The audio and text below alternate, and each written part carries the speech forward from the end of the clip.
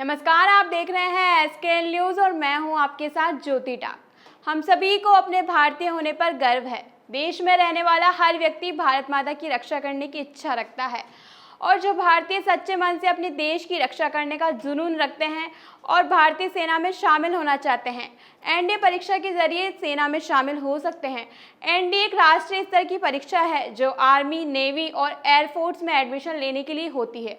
ये परीक्षा वर्ष में 2 बार होती है। आइए जानते हैं एनडीए परीक्षा से जुड़ी महत्वपूर्ण खबर एसकेएल की खास रिपोर्ट के साथ। देश के सभी सैनिक स्कूलों में अब तक सिर्फ लड़कों को ही एडमिशन मिलता था, लेकिन इसमें एक बहुत बड़ा बदलाव हुआ है। अब लड़कों के साथ साथ लड़कियां भी सैनिक स्कूल में प्रवेश ले पाएगी। ये बड़ा ऐलान पीएम मोदी ने स्वतंत्रता दिवस के मौके पर लाल किला की स्पीच के दौरान दिया था।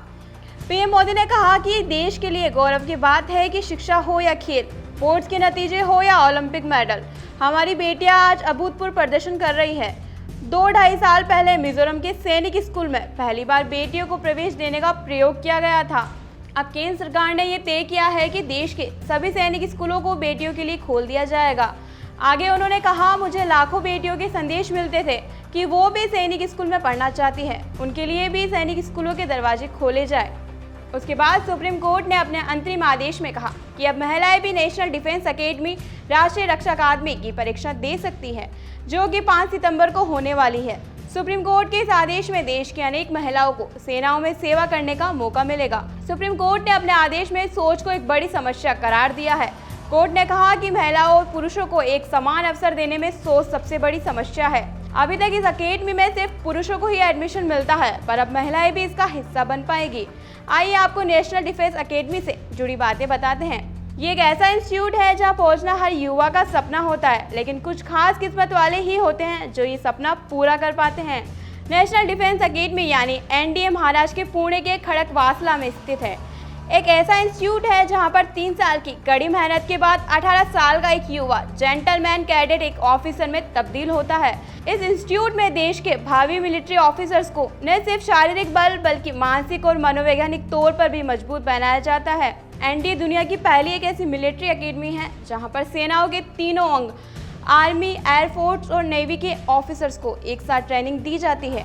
आपको बता दें कि हर साल union public service commission UPSC के एग्जाम के तहत एनडीए में एडमिशन होता है। केंद्र सरकार की तरफ से कहा गया कि तीनों सेनाओं में भर्ती के लिए एनडीए ही एक सेंटर पॉइंट है, जिसमें औसतन 1470 ऑफिसर हर साल यूपीएससी के लिए सिलेक्ट होते हैं।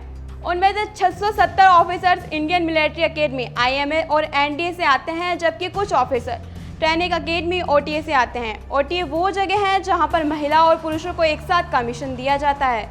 इससे अलग 453 officers short service commission SSC के जरिए नॉन टेक्निकल और टेक्निकल विंग में आते हैं।